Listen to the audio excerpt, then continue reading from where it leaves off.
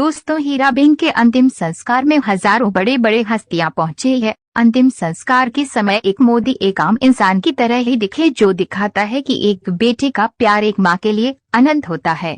संस्कार के समय हल्की फुल्की बारिश भी हुई, जिसकी वजह से आग थोड़ी बुझ जा रही थी। सबसे पहले आप मोदी के आदरणीय माँ के लिए कमेंट में उनके लिए रेस्ट इन पीस जरूर लिखिए।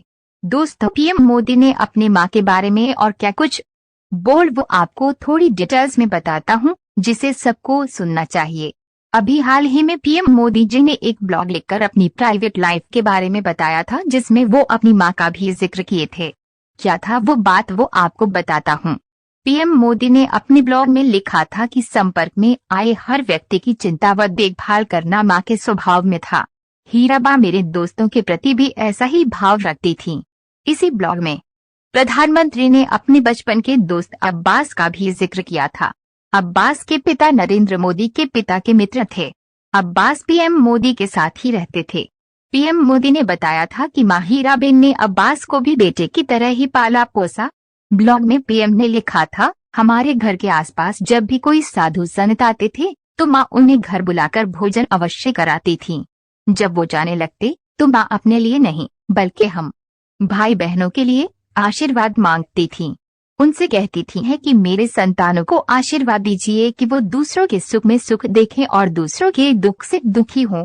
मेरे बच्चों में भक्ति और सेवा भाव पैदा हो, उन्हें ऐसा आशीर्वाद दीजिए। हीराबा के 100वें जन्मदिन पर प्रधानमंत्री मोदी ने अपने ब्लॉग में जानकारी देते हुए कहा था कि उनकी माँ हीराबेन का जन्म गुजरात के मेहसाणा के विसनगर के पालनपुर में हुआ था, जो वडनगर के काफी करीब है।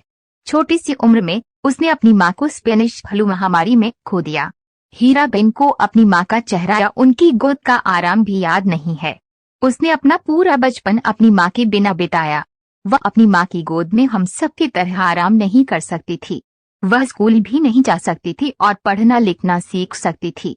उनका बचपन गरीबी और अभावों में बीता। पीएम मोदी ने ट्वीट कर माँ को श्रद्धांजलि अर्पित करते हुए कहा, शानदार शताब्दी का ईश्वर चरणों में विराम। माँ में मैंने हमेशा उस त्रिमूर्ति की अनुभूति की है, जिसमें एक तपस्वी की यात्रा, निष्काम कर्मयोगी का प्रतीक और मूल्यों के प्रति प्रतिबद्ध जीवन समाहित रहा है।